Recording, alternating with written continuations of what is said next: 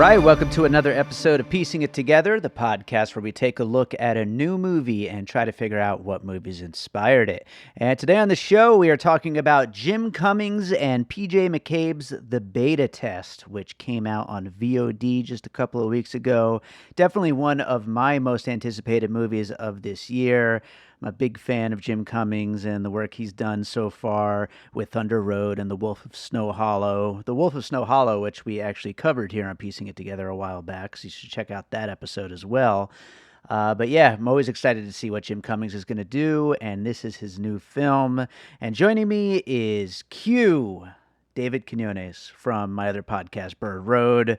We had a great time talking about this movie, and I think we had a lot of really good puzzle pieces to talk about here, so that is coming up in a moment. Before we get to it, I do want to remind you, as always, to make sure you're subscribed to Piecing It Together on your podcast app of choice. You can rate and review us over on Apple Podcasts or Podchaser. You could also rate and review us on Good Pods as well, and follow us on social media at Piecing Pod. We also have a Facebook group, Popcorn and Puzzle Pieces, where we continue the conversation about all the movies we talk about here on the show. And lastly, we also have the Produced by David Rosen Patreon, where I post advanced content from Piecing It Together, as well as bonus content from Awesome Movie Year, bonus content from my music career, all kinds of good stuff. Check it out, patreon.com/bydavidrosen. And with that said, we've got a long episode coming up for you, so let's just get to it. And I do want to mention, last week on Bird Road, my lawn guy made a whole bunch of racket outside the window during the recording session, and he seems to have flown across the country to wreak havoc on Piecing It Together this time by going outside of Q's window out there in Miami. So there is some noise in the background of the episode, but it's fine. I think it still sounds pretty good, and we got a great conversation, so let's get to it now. Q is with me today. It's been a while since he's been on the show. Too long. Q, how are you doing? Not good. We were going to do a Bird Road this morning, but it didn't happen. But too much happening, man. It's yeah. It's like it's life. She passes you by. You know what I mean? Yeah. Quickly before we get into the beta test, let's recap the news. What should we talk about? I'm just kidding. Let's recapitulate for all of your listeners who are so tuned in. Yes. To current events that they're listening to a podcast about various movies. And the movies that make up those movies, yeah. Yeah. They got their finger on the pulse always, for sure. All right, let's talk about the beta test. I was really looking forward to this movie, and I know you, like me, have recently become a big Jim Cummings fan. Thanks to you. Yeah. You turned me on to Jim Cummings, and absolutely, he's awesome. He's a great creator, a great filmmaker. Yeah. So I know you were looking forward to this as well. You just got to watch it the other day. We'll get into a bunch of puzzle pieces along the way, but we might as well just get this out in front here. Is Jim Cummings like kind of the most exciting new independent filmmaker right now? Like, does he kind of have all the attention? It seems as we tried to get into like these different puzzle pieces, and there was one puzzle piece that I couldn't quite figure out, which was I wanted to find somebody who was a Jim Cummings at this point in the past. And there's going to be a lot of filleting Jim Cummings in this episode because we both love him a lot. But sure, I will say, and I don't mean this in this like fawning, overly complimentary way. I mean it in a very brass tacks kind of way. I can't think of anybody that's like him that seems not just comfortable operating in this independent status, but seems like that's the goal. The goal is for him to see like how big of a thing he can do with how little. And we'll get into the themes of the movie, but I was trying to come up with somebody else who maybe early in their career intentionally painted themselves as such a sort of a system outsider or studio outsider, somebody who just had that drama kid energy that was very much like, I just want to make this with my friends and people that I like. And I don't know, I couldn't find anybody who has had sort of and don't get me wrong, like none of his movies that have like, had like enormous box office returns or anything like that. He's not that kind of director, but I couldn't come up with anybody who was not just at this point in their life, this wasn't just a stepping stone for them. He seems like he's setting up shop in this space of of indie DIY you know, the Cummings expanded universe one day will be a bunch of like really, you know, Pete Rosy type of movies where they make a lot out of a little, you know, Sure. I think that that's interesting. I was trying to find, I don't know, can you think of somebody who maybe you have a puzzle piece of like, oh, well, this was the last, you know, indie movie that this director did before, you know, he got, you know, Lionsgate gave him $10 million Right. to make something in Right, that's the thing that 1993. kind of, like, steps on any possibilities that I would have thought of because, yeah, and you would definitely have to go back to, like, the '70s or something for somebody that might even come close to, being that kind of a person, but because, yeah, nowadays, everybody, they start maybe in something small and indie, but they definitely work their way up into these bigger Hollywood things, and granted, The Wolf of Snow Hollow was, a studio movie, but still Yeah. very small by comparison. I mean, he's You, definitely. you and I I heard, don't think he would take the Marvel call. no, Maybe I I mean, don't think he I would. don't know. That's such a weird supposition because like I don't know. There's a whole logic behind that. Like the whole and a lot of it is mythical. Like the Yeah. one for me, one for them, which if you ever like follow that logic out, it doesn't ever work out that way. There's never one for me, one for them. There aren't really one for me, one for them guys. Like Hmm. even though they say that there are, you know, because you get so wrapped up in all that IP big studio stuff. And you and I heard the same interview with him recently on another podcast where he was talking about how, I mean, I was kind of reading between the lines. It sounded like he was really uncomfortable with the Wolf of Snow Hollow. Not necessarily the story, which was his and some other people and the creators he was working with, but the size of it. It seemed like he didn't Right. thrive. He wasn't his best self in this, and it was Wolf of Snow Hollow was not a big budget production or anything like No, that. But no. on that interview that I'm talking about, he said that it was 10 times the size of his first feature, Thunder Road. It was Yeah. in terms of budget, which you can see. It's got some CGI and some animation and some studio elements to it that you wouldn't see in an indie, right?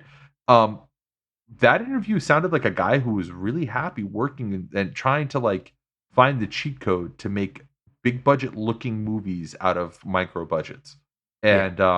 And I don't know. It's like you can probably find a lot of filmmakers like I don't know what was the story about what Reservoir Dogs cost Tarantino, right? Like Right. nothing, right? But I mean, like the minute that Tarantino had access to greater amounts of capital to make I don't know, what was the first thing that he probably spent a lot of money on? Probably Jackie Brown, right? I mean, I Pulp guess Fiction couldn't so. have cost much except for like Right. music rights. I don't know, like Well, I mean, I'm sure it was a sizable jump, though. Like, Jackie Brown especially had a compared lot to of Reservoir Dogs. exteriors and like public place shots in LA. I mean, like Yeah. they shot in like forget the name, but that big mall in LA that costs like $5 million to shoot at that they shoot everything at in LA. You know, like I think about like you could have made 3 Jim Cummings movies for the bag handoff scene in Jackie Brown, like the Sure. budget of that. And I think that he's happy that way. And so I didn't really want to like try to find.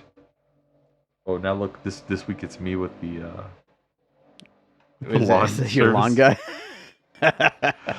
So anyway, I didn't want to find. I didn't think that it would be accurate to say that it's a puzzle piece. You know what I mean? Yeah. Like I didn't think that that would be the case. Yeah, no, absolutely. It is definitely difficult to find somebody in that particular trajectory. And by the way, who would love to stick with indies but make an actual career out of it? This guy right You, here, yeah, yeah. David Rosen, composing music. I feel like the day I get the call to compose music for like a King Kong movie, it would be the biggest hassle. I mean, it's the dream, but it would be Well, first such of a all, it's hassle every super. step of the way. It's super corporate. I mean, if Yeah, you're not the director, if you're not the or the showrunner or the the principal, the lead managing principal of a project, if you're a composer, it turns into a corporate job. Like it's yes. and like a lot of email, a lot of back and forth. It sucks the creativity out of the process. TPS Um, reports on my music. TPS reports, yeah, like exactly. It's going to be like everything's going to be analyzed and fixed cost and like you're going to have like a whole slew of boring elements that you didn't get into this world to do. Like you didn't get Yeah. into making music to do that shit. Yeah, absolutely. Well, let's start getting into some puzzle pieces here. What do you have for your first puzzle piece for the beta test? Dave, this is a movie that you and I first saw, but not in a movie theater. We randomly saw it on I think we found it on like DVD. It was a very This is a very obscure movie, and I'm not even sure if you could find it in very many places. This movie is called Employee of the Month. Now, a lot of people are going to think that this is the Dane Cook, I think Jessica Simpson vehicle or somebody, I forget, whoever was the hot girl of that moment. Um, Not that Employee of the Month. The Employee of the Month is the one that was directed by Mitch Rouse, starring Matt Dillon, Steve Zahn, Christina Applegate. Came out in 2004. It features Matt Dillon as the titular Employee of the Month, who gets fired on his day right after becoming Employee of the Month from his job at the bank, and proceeds to enter this spiral where the character that we meet at the beginning of the movie is this very straight laced guy, and they use a few visual cues to let you know that he is maybe a little more complicated than that. The Hmm. most obvious one is that he has scars, and you don't know where he got these scars from. I don't know if you remember this movie or not, Dave, but I forgot about it until now, but it's a great movie to include in this. But continue with your description of it. yeah. So as you continue to learn more about David, who is the character that Matt Dillon plays, we learn that he has a very dark, sordid past. He's suppressing a lot. He is trying to be something that he's a victim of imposter syndrome. He knows that what he's doing and the parts of his life that he's building up, this marriage that he's about to enter. Again, another situation where we're talking about a Southern California couple who are trying to plan their nuptials amidst some turmoil. It's a lot of it's bullshit. It's ultimately Yeah. bullshit. The life that he's trying to build for himself, and he knows it, and he's fighting against that. And I'm not going to say this was a great movie. Beta Test is a far superior movie.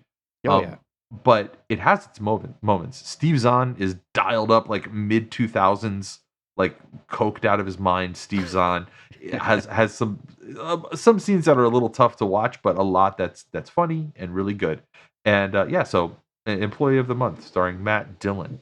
By the Awesome. way, like right at the tail end of that Matt Dillon moment, right? Yeah, he Like if was a you thing for like a minute, for and like then just for a gone. little while, from like I would Yeah. say like 97 to like 2004, he was a thing, Yeah. right? Yeah. So there you go. Absolutely. Yeah, you know what? So I completely forgot about that movie, and that is a great piece to bring up because when I'm making my list of puzzle pieces, sometimes I'll have a spot in my notes document where I'll write down like an idea or a theme and try to fill it in later with a movie. And this time I couldn't think of a movie for You know this what? of a guy who's spiraling out, but it's all his fault. He's the asshole. And do you know what the specific moment was for me where I was like, okay, I did the same thing where I was like, I want to find a movie that has something like this, where we see Jim Cummings characters, the where he like pulls his cheek back and we see the back molars that where the white strip doesn't touch, where the whitening Uh-huh. strips don't touch, and they're just corroded and rotten. And that's a great metaphor, I think, for like Yeah. him and for his soul. It's that too is also a little heavy handed, but it's good. I like it. And it's very similar to when we first see Matt Dillon's character without his shirt on, and we're like, okay, well, we saw these neck scars and these sort of facial scars on him, but then we really see that there's something damaged about this man. There's something fucked up, something in his past, something happened to him, and and he's trying to overcome it, trying to hide it, but not really dealing with it. And I was Yeah. like, did the same thing that you're talking about, where I was like, let me think of a movie where something similar like that happens, and Sure. I felt that was the same. I don't know if you remember that detail of Employee of the Month. You and I watched it drunk on a couch Yeah, that one sounds day. about right. Yeah, and You know, I definitely don't, but good piece to start it off good with. hot couch movie. Good hot Yeah, couch movie. for sure. I'll go to my first piece, and that is going to be Paul Thomas Anderson's Punch Drunk Love. Oh, okay. First one that I thought of with this, as this kind of schmucky guy does something for himself that's sexual in nature that, of course, doesn't work out well. In that case, we've got Adam Sandler's character talking to this phone sex line and kind of figures, other people do this. Why can't I do this? And Oh. he shouldn't have, and it doesn't work out well, and everything just goes awful and from bad to worse. And here, Jordan's character is doing something much worse, of course, actually cheating on his fiance, but at the same time, it's kind of the same trajectory of something sexual spiraling out of control and leading towards all of this anxiety and everything that goes on from there. Yeah, like Jeopardy and Guilt. right? It's Mhm. you go from jeopardy to guilt in both of those. And there are also moments in both of those movies where both of the characters, the main characters, kind of get tired of feeling the guilt over the thing that they did, and they become Yeah. angry instead, and they start to like go from trying to like fix the problem to like lashing out against it Sure. and fighting it. So, which I think that Punch Drunk Love is an incredible movie, like a um, an all timer. But what it does, where it shows that descent into like paranoia and and worry, and also I don't know what you call it when you're worried that a thing will happen, when you have anxiety over doing something and then you do it and the worst thing happens. The Right. thing you were worried about, that It's you a got very taken for a Jewish ride. thing, by the way. Yes, yeah, yeah. So that's a great one. Yeah, Paul Thomas, and also another Hugh and Jewish Dave movie that we watched Yes, together. Yeah. absolutely. So What do you got for your next piece? I'm gonna steal from you. I Mm. know that you have this one lined up. I know that it's sitting there in your back pocket, and I know that you're going to try to deploy it. But I'm gonna steal it from you. 1991's Barton Fink, Nice. which is a skewering of Hollywood through the eyes of, I think, probably, I don't know much about the movie Barton Fink. Like I know a lot of the backstory behind like Lebowski and Fargo, and what else? I've read all types of articles and posts and stuff about the Burn After Reading, which I find to be a fascinating movie. Blood Simple also, but I don't know. I've never. And the Coen brothers are obviously famously tight-lipped. They'll tell you that Sure. none of their movies mean anything. Don't read Yeah. anything into any of them. Yeah, yeah.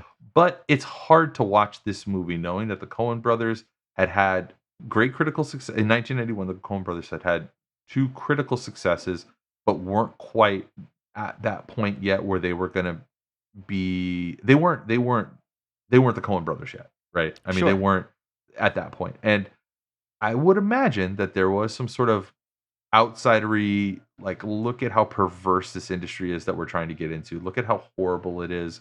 Look at the people that populate it and the things that you have to do to be a part of this industry. The things that you have to be okay with to be a Mhm. part of this industry. Or it will kill you. It will literally, and like again, a lot of the sort of psychological tension that they imbue throughout Barton Fink is similar Yeah. to what Jim Cummings does. In a lot of he uses a lot of editing tricks and a lot of sort of narrative stuff to infuse that tension into the beta test. And ultimately, these two main characters are dealing with the same thing. They are trying to find where they fit in this corrupt industry without being corrupt themselves. But they are, because Yeah. the ultimate message is that you will be corrupted. Like, there's no way to succeed without that. Yeah, it's also equal parts a love letter to that industry that they know is so Exactly. awful, but Yeah. they love it anyway It's because terrible, it's the but yeah. best.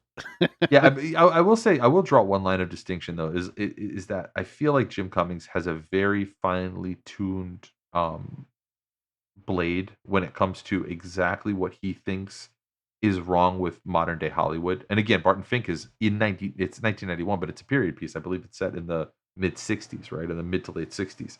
Mm. Um so Jim Cummings has a really clear understanding of, like, if you watch this movie, you see what he thinks is not working in Hollywood. The agency model, the representation, the hangers on, what you might consider to be sort of barnacles of the industry, people who are just money changers, money movers. Sorry for the trope, Dave, but Mm. the money changers in the temple, the people who are just kind of taking value and moving it around and just saying like, oh well, I'll take a little bit off of the top, and Yeah. not really bringing anything to the table creatively. And he gets called out in the beginning of the movie by, I think it was like a director, right, or like some sort of like hotshot, big deal studio head or something like that, Sure. who tells him exactly that. Like, you're not adding anything, you're nothing, you're dying, and we're all glad that you're all dying. We love that you're dying. You guys are pieces of shit. And Barton Fink gets shit on in much a similar way as this ingenue writer who is trying to like define himself in that era. It's different, but it's the same. Yeah. So I actually didn't have Barton Fink on my list, although I definitely Ooh. thought of it. Oh, you But did? Okay. All right. I've got one that goes right along with it though. 1992, The Player, Robert Altman, another Hollywood satire, another look behind the scenes of Hollywood into not the acting world, but the business side of it and everything that goes on behind the scenes with writers, with directors, with producers, all that. And of course, a whole mystery, a rabbit hole for the main character to kind of go down after receiving a letter in his mailroom. And then things kind of spiral out of control from there. You also get lots of kind of not parody, but like these descriptions of ridiculous sounding Hollywoody projects, kind of like the All Dog remake that Jordan's talking about in the beta test. Yeah. But this is not. This is a very obvious piece here. The Player. I actually hadn't seen it until last week. I finally watched it, and I've never seen it. oh, it's so good. It's probably the best movie I've watched this year. I'm so glad that the beta test brought me to it, and you should definitely watch it. I think you'll love it. So, but that reminds me of I don't have an opinion on the movie, unfortunately. I haven't seen it, but I will check it out. But it reminds me of like if you go back and watch some of the descriptions of like the fake shows that they talk about in 30 Rock, and then like a bunch of those shows are like getting made. Yeah, Where it's pretty much. like and you like I think about that because just a few days ago was the Disney was what was that upfronts? What were they doing? They were like announcing like a bunch of new shows, right? Oh yeah, just like a dozen things. I forget what it was called, Disney Day or something, Yeah, Disney Plus Day. whatever. They just take their upfronts and they make it into they eventize it. And all of these like ridiculous shows where it's like, okay, I guess that's Disney IP now. It's Yeah. like Daredevil's college professor or some shit like that, and you're just like, okay, I guess we're watching a show about that. Well, yeah, they just announced Tracy Morgan is going to be in Triplets with Arnold Schwarzenegger. Fucking Christ. Danny DeVito. I mean, come on. Jesus fucking Christ on a cracker. That's right out of 30 Rock. But what do you got next, though? Making fun of IP, I'm actually going to turn to IP next. And, I wanted to just kind of broadly talk about this filmmaker, and I wanted to talk about this one tendency, a more latter-day, more recent tendency of this huge blockbuster filmmaker. Something that he's done that I think that Jim Cummings leveraged in a smart way, and I like to see it done well more and more often. Let me cut the preamble and cut right to it. The movie that I'm talking about is 2012's The Dark Knight Rises, and made by Christopher Nolan. Around this time, Christopher Nolan started doing this thing in his movies, and he's done it more frequently in Tenet and some more recent fare. But he does this move, Dave, where he will thread together these like disparate scenes with an unbroken score. Like the score stays the same, even though we quickly, with no transition, we go from a scene where a character, in the case of Dark Knight Rises, a character is in Southeast Asia and then is in, the Mid-Atlantic region in a matter of a second. Yeah, like he's escaping from a prison and literally walking into Gotham City while the same score is playing, while the same track is playing. And that I thought that Jim Cummings made. Why are they? There isn't even Dave. There isn't even leaves here. He's leaf blowing my porch. I don't even know that guy. I don't even know this man. Whatever.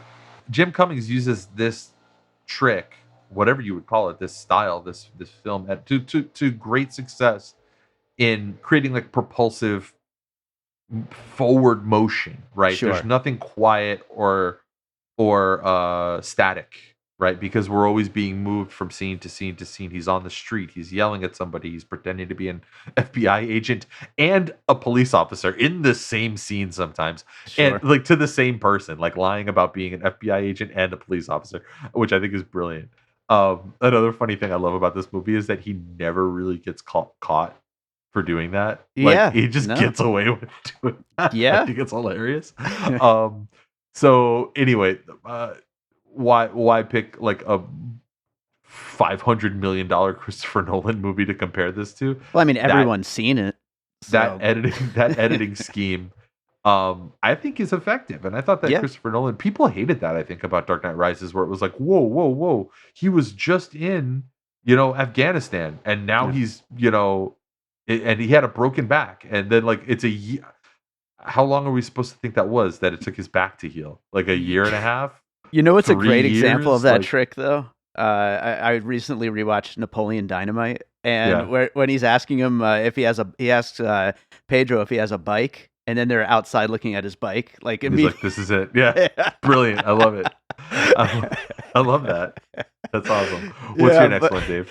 yeah, no, that's a good piece though. I just want to say because like I do think that that kind of speaks to the economical nature of the way that Jim Cummings works. I mean, for such a cheap amount, he makes this movie look good, and I think that's using those kind of tricks is part of that. But I'll use for my next piece one of your favorite movies of the last few years, and that is Under the Silver Lake. Ooh, yeah. Yeah, I know you love that movie, but another, I might conspiracy-based watch that movie. again today. I You might watch that. should, You and just I said it. should watch it. I've only seen it the one time, and I really That's liked crazy. it, and I've been wanting to rewatch it, but, That movie is a pure vibe. It's just yeah, vibe. You it turn it on and is. it's just you're just vibing, yeah. It is, absolutely, and, you were just talking about him impersonating the police officer and FBI officer, but it's, like, just the rabbit hole this guy goes down of just uncovering thing after thing, and do we even know by the end what of it is, how to make heads or tails of really any of it? Barely, like, just little bits and Right. pieces of it. It's just so it's anxiety, really, and it's conspiracy and anxiety and all of that thrown on this poor guy who, as we establish, isn't really a poor guy. He's kind of an asshole and kind of Right. deserves it. Right, and what's funny too is you're talking about 2 movies where there is, I don't know, use your literary device, whether it's Sword of Damocles or it's like, the Chekhov's gun, where certain Chekhov's guns or swords of Damocles, like, they don't ever fall. Like, Right. he's forever like, one of the sort of narrative drivers there is that he's about to get evicted, and then he just does, Yeah. and that's it. It's like, okay, I guess that happened now. And it's like it's just like it's like if one of those like goofy, campy 80s movies where it was like, oh, we need to raise $1,000 or the ski school is gonna close. Then it's like, damn, we never bothered to go raise that money. The ski school closed. And it's just Well, like, well, that's on to the that. next thing. I guess.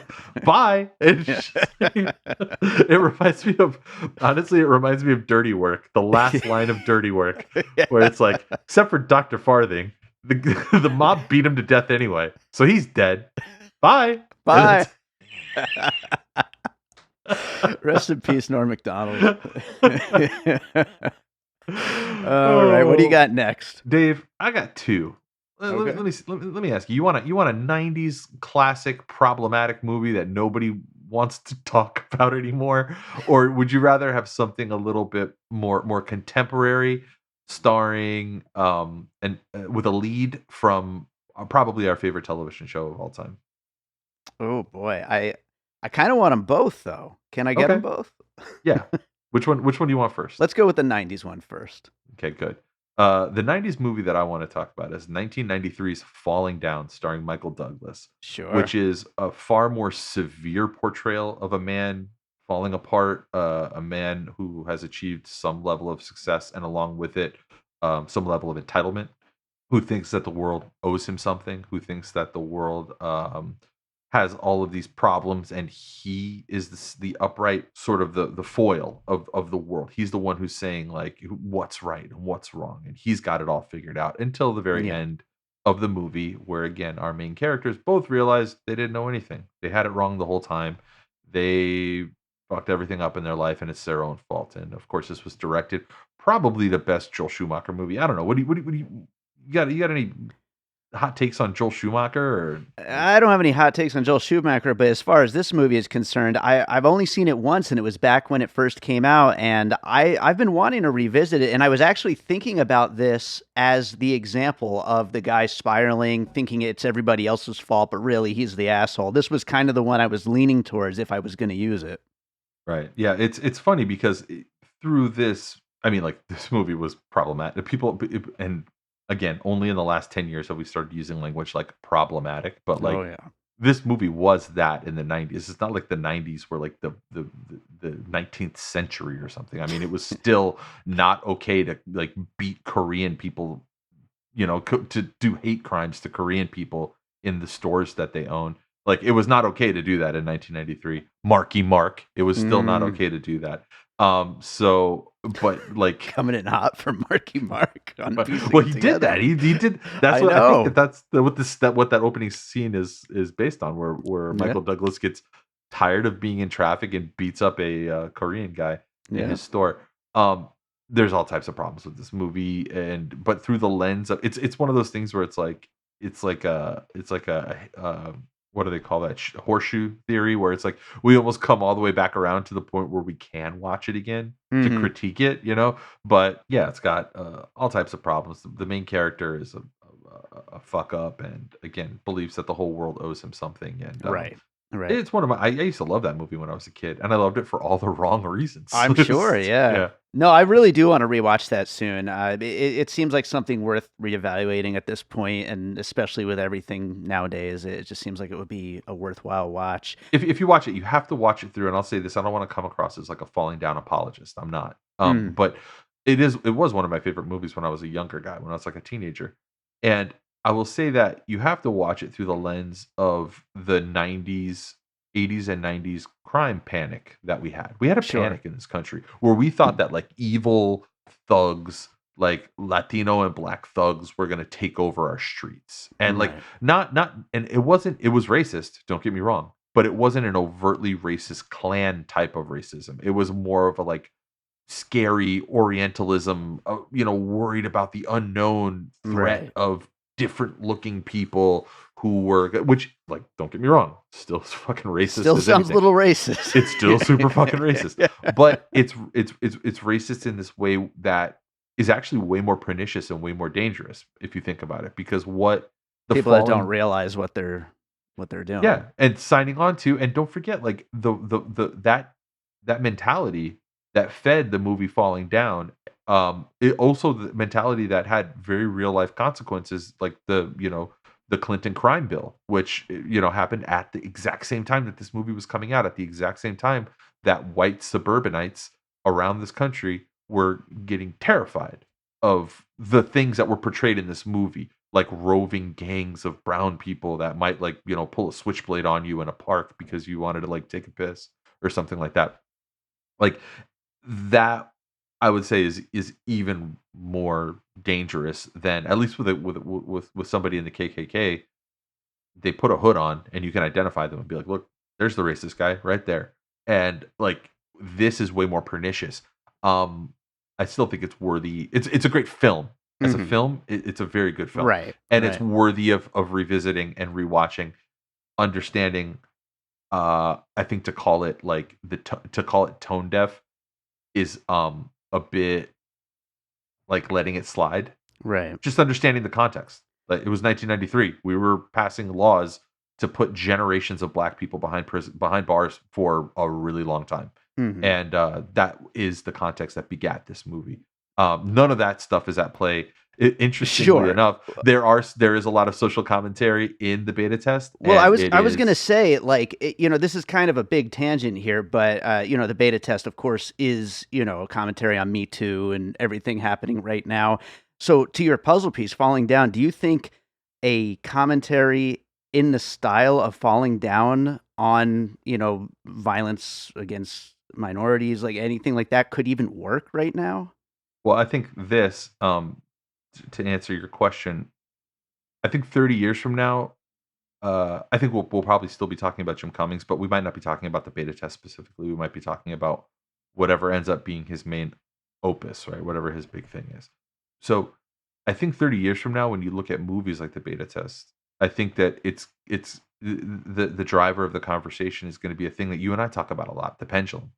We're going to start Mhm. talking about, there's going to be some Aziz Ansari type character, type person, type of individual who gets absolutely ruined, right? Because of not even an accusation, just the tone Mhm. of the moment. Again, falling down wasn't a specific thing like, oh well, he beat up a Korean guy. He beat up a couple, he fought back against some, Latino stereotypical gang members. It's Mhm. not that. It's the tone. And Right. that tone is going to be something that I think, when the pendulum swings back, which it will, Yeah. when that hypothetical person gets their career ruined because of something that they didn't really do or isn't really career ruinable or cancelable or whatever. That we'll look back at movies like this and be like, damn, were we really all brainwashed in that moment? Because like you can look back at Falling Down and be like, damn, this country was fucking brainwashed in that moment. We were terrified, hiding inside of our houses. And will we look back? And I don't know what the answer is, honestly. Sure. But will we look back at movies like the Beta Test and be like, damn, that was a real moment there where we swung too far. We were Mhm. like, and I'm not saying that Jim Cummings necessarily did that in this movie. He didn't. I thought he struck a good tone. Right. But I Yeah. think that it might be something that's a little unrecognizable to people 30 years from today. Yeah, that's interesting. That is definitely interesting.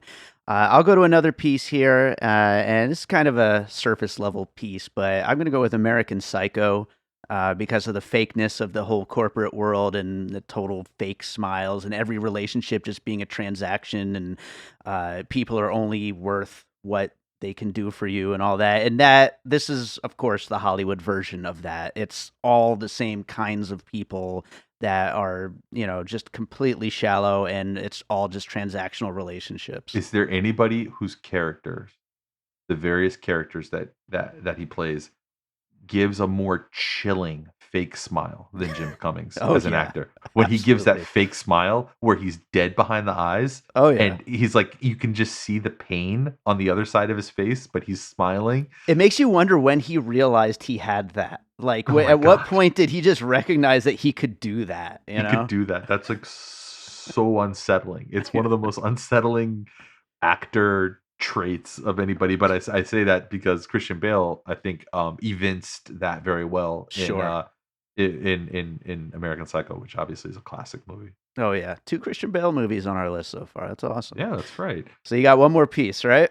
I got one more piece, Dave, and I want to take you back to the early to mid 2010s, back when our favorite television show, It's Always Sunny in Philadelphia, Mhm. was probably at its apex and has waned in popularity since then. Only the true heads like me and you are still watching it, but but back then it was a pretty popular show, Yeah. and everybody was talking about it all the show. It was Nightman, all this shit, and Uh-huh. like everybody was like making the It's Always Sunny, jokes in pop culture. And in that moment, there was a moment where the cast people started wondering, huh, what if we take these guys and try and do something else with them? Mm, Mostly didn't work sure. out. Mostly, other than Danny DeVito, mostly has not worked out. Although I do love Mythic Quest. I don't know if I've ever mentioned that on the Oh show yeah. before. I think Mythic Quest is a great show. Yeah. And people tell me that AP Bio is a very good show too, but I'm probably never going to watch that. I didn't like Horrible Bosses. But in this Horrible Bosses era, there was a movie that came out that was a vehicle for Glenn Howerton. It was called Coffee Town. And I don't know if you ever saw this movie or not, Dave. It was a comedy. No. It was directed by Brad Copeland. It also starred Jake Johnson was in it, and Okay. Adrienne Palicki. And this movie came out in 2013. It was meant as a Glenn Howerton vehicle. Glenn Howerton basically plays like a struggling like website manager, a web developer, basically like a tech guy. But he was work from home before work from home became the coin of the realm, as Mm. it were. And he had a coffee town, which is like a stand-in for Starbucks, basically, that he would spend all of his time in. And the rumors of the other losers that spend their time at this coffee bar became that it became known that this coffee bar was about to close and be turned into an actual bar. And the movie is basically 90 minutes of hijinks around him sort of falling apart, and he has like this this this unreasonable connection to that bar. He can't do his work anywhere else but there. And so if it turns into a bar, it could be very detrimental to his career. Stakes again, one thing I think was interesting about this movie, it's actually a pretty funny movie. I really liked it. It's really good. But one of the things that I thought was interesting about this movie are the stakes, where they feel so big, right? But ultimately, they're nothing. The stakes Mhm. are nothing. Like, if you look at what was the worst thing that could have happened in the beta test, we're shown that this guy's fledgling agency is on the verge of shuttering Right. because of CAA and UTA or UTI, I forget, whatever. It's The probably other going to shut down though, whatever it it's is. gonna shut down. But then you see, like, what that means. Is that gonna be a bunch of people losing their jobs? It's like 7 or 8 people in a conference room who look like they don't wanna be there. And I Right. think that that was a choice by Jim Cummings to be like, "Well, let's show the bereft emptiness of, like, what the world that this guy has built." He owns this agency, and what is it? It's like a handful of, like, people who do not care about their work, who actively hate him, Yeah. who, and similarly, the stakes are minuscule in Coffeetown. The stakes are one Starbucks might change its business model and turn into like a ultra lounge or something like that. And then the thing that, again, and this is spoilers. I know that you give a spoiler warning up front because we're talking about a movie and we're like Yeah. breaking it down and dissecting it. But spoiler alert: the worst thing happens. That's what happens. It turns into a bar at the end of the movie, Yeah. and when I beta test, all the worst possible things happen for Jim Cummings. There's some moments of triumph or some moments of revelation or whatever where he's like a catharsis, I guess. Great, like that's the climax, kind of like what you would consider to be like the literary climax. Mm. But where he has these moments of catharsis, but like for the most part, he just loses. Yeah. He doesn't get the things that he wants. Like it doesn't work out, and he's in worse shape than he was at the beginning of the movie, at the end of the movie. So 2013's Coffee Town. I don't even know where you could find this movie if you want to watch it, but Yeah, it's pretty apparently I good. just looked it up and apparently it was College Humor's first movie. But Oh, that's I right. Yeah, I wonder if did it's not on realize that. does that still exist? College Humor? One College of the many Humor. Hollywood grasps yeah, I don't know. Yeah, I mean, like, I mean, if it doesn't exist, then what are all the comedians who live in LA like actually watching? Yeah. Because that's all that collegehumor.com was made for, is for other comedians to Yeah. watch Yeah, and watch each hate. other. Watch each other and just shit on each other and just be like, "I fucking hate this. You suck." You This is know? terrible. I hate it. You Kind know of what that feels like reminds me of? podcasting, actually.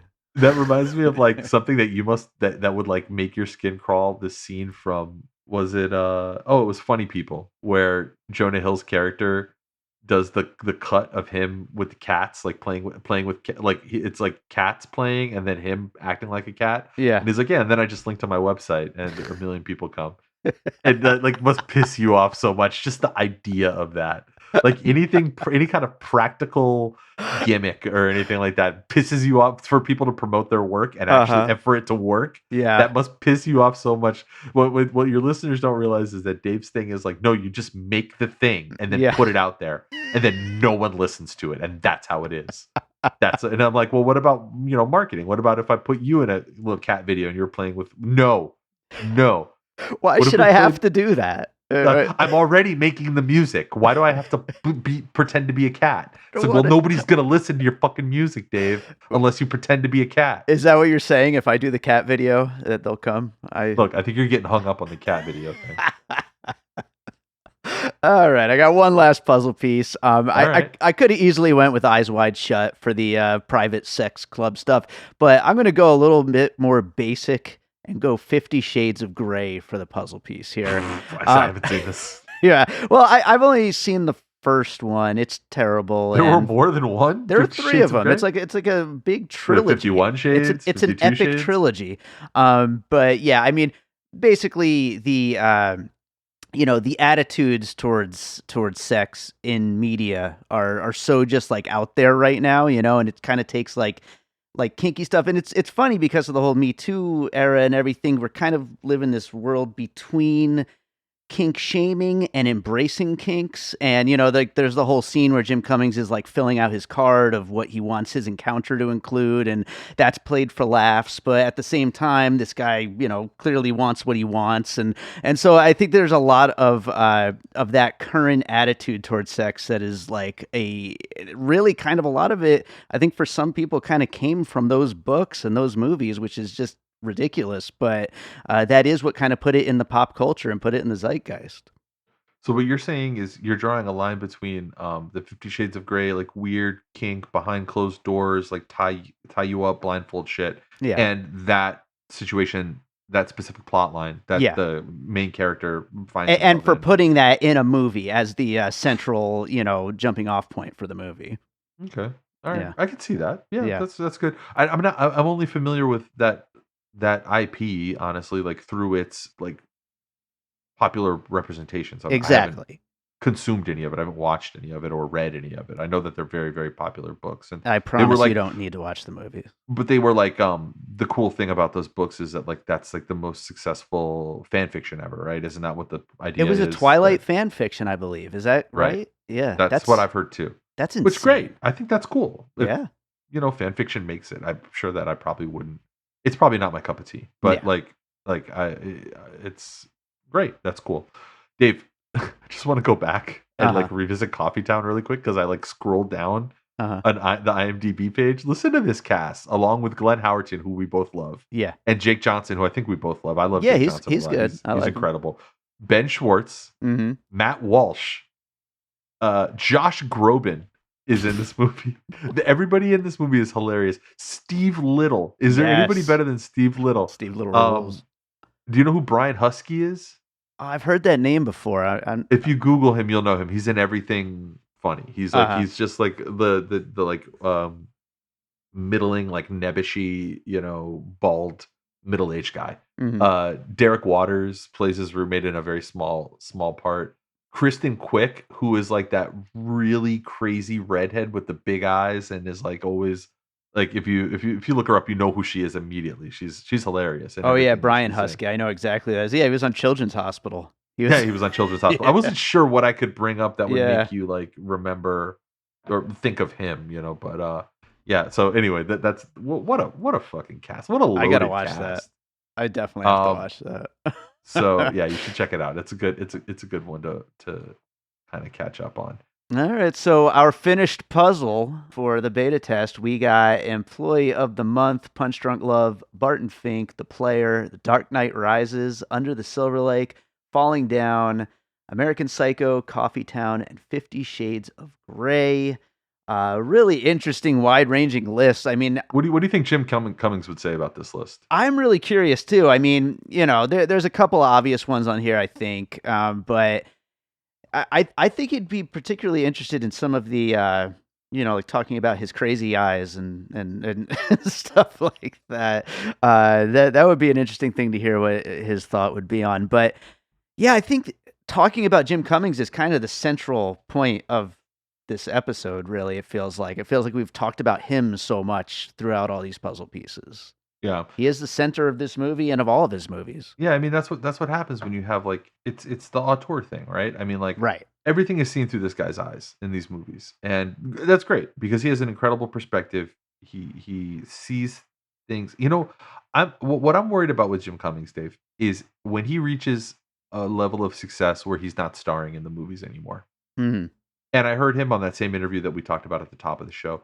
I heard him talking about his next project and that he is casting it and he's not casting himself. Right. And I'm sure it'll be great. I'm sure it's going to be good. And but from the first time I played that first scene of Thunder Road, and if you're listening to this show and you haven't checked out Jim Cummings' still very early, back catalog because he's a young guy, he's a pretty young dude, I think. Yeah.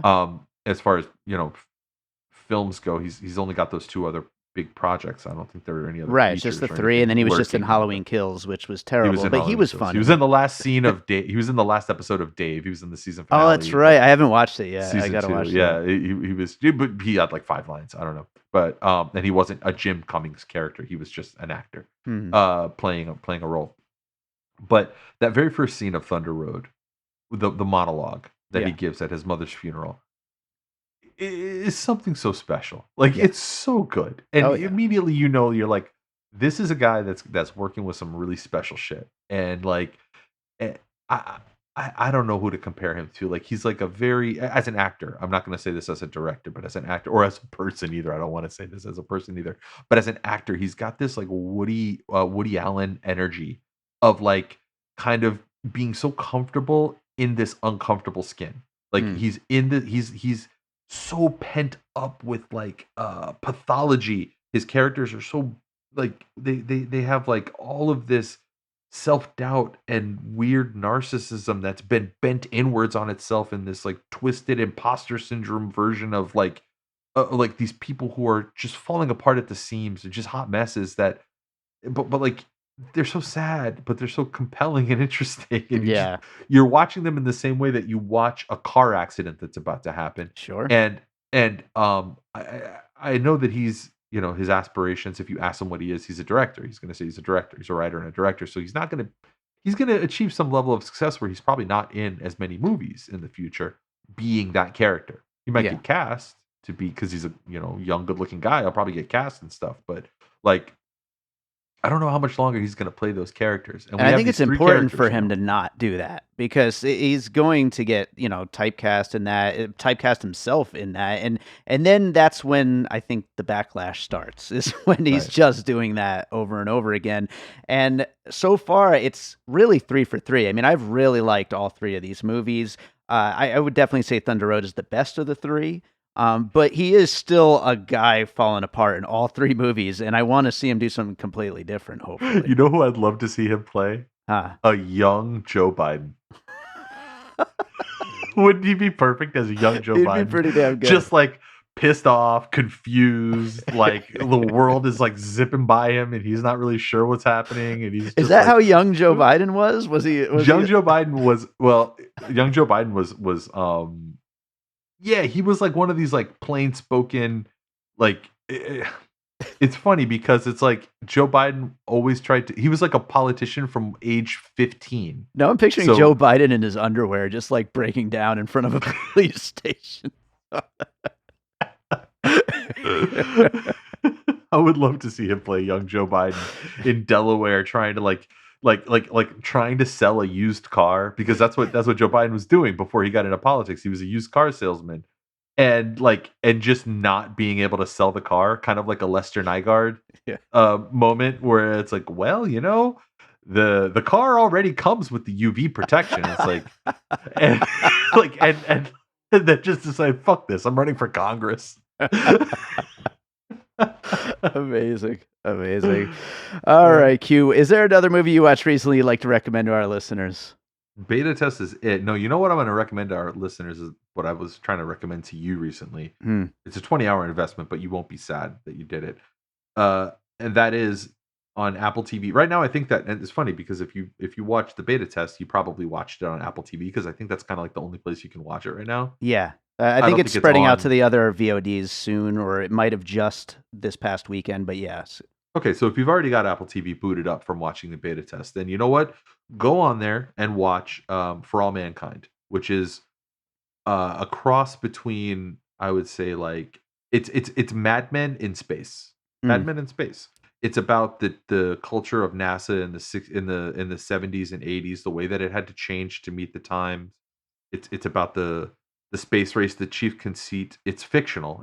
It's based on real characters, but it is fictional because the conceit is that the United States lost the race to the moon to the mm, Russians, yeah. to the USSR, and that's the premise. That happens in the first episode right away, right up top. And what happens over the next 20 hours of content is that of show is that you see what that does to us as a nation, what that does to NASA as a space program, and the way that it drives us in good ways and in bad ways.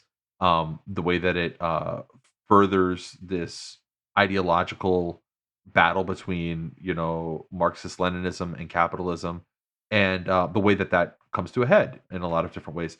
It's an incredibly made show, and when I say that it's Mad Men in space, I mean like it's as good as Mad Men as a TV show. If you liked Mad Men, you'll like this.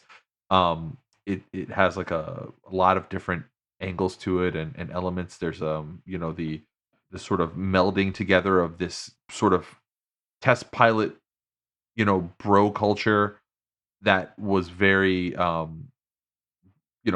present at the beginning of NASA because that's what you needed. Crazy ass white boys to get up there Right. and fly planes and not worry about maybe dying. Yeah. And then the culture of sort of the nerd, the engineer, the statistician, the mathematician, and the various scientific minds who have to say, okay, well, sure, you'll get the rocket there, but how do you get out? How do you walk around? How do you not die up Yeah. there? And I don't know. I don't want to get too deep into it, man. But check out For All Mankind. I've been trying to get people to watch the show. I think the third season comes out early 2022. You got 20 hours of 2 seasons of 10 episodes that you can watch right now, and you'll be really fucking glad if you watch this show. It's one of the best, most visually arresting things I've seen. Looks better than Dune. Looks better than any Christopher Nolan shit that you've seen. Looks so good, and the acting performances are something else. Yeah, that's my reco. I'm gonna try to get Gina to watch it because then that means I'll end up watching it. So yeah. Q, do you want to plug anything? Yeah, I mean, Bird Road is back. We're like 3 episodes back in. I think 2 or 3 episodes back in. You can check out Bird Road podcast. We've been doing some good ones. I think it's been it's been real. Is that good. What you think? I think it's great. That's something you think, huh?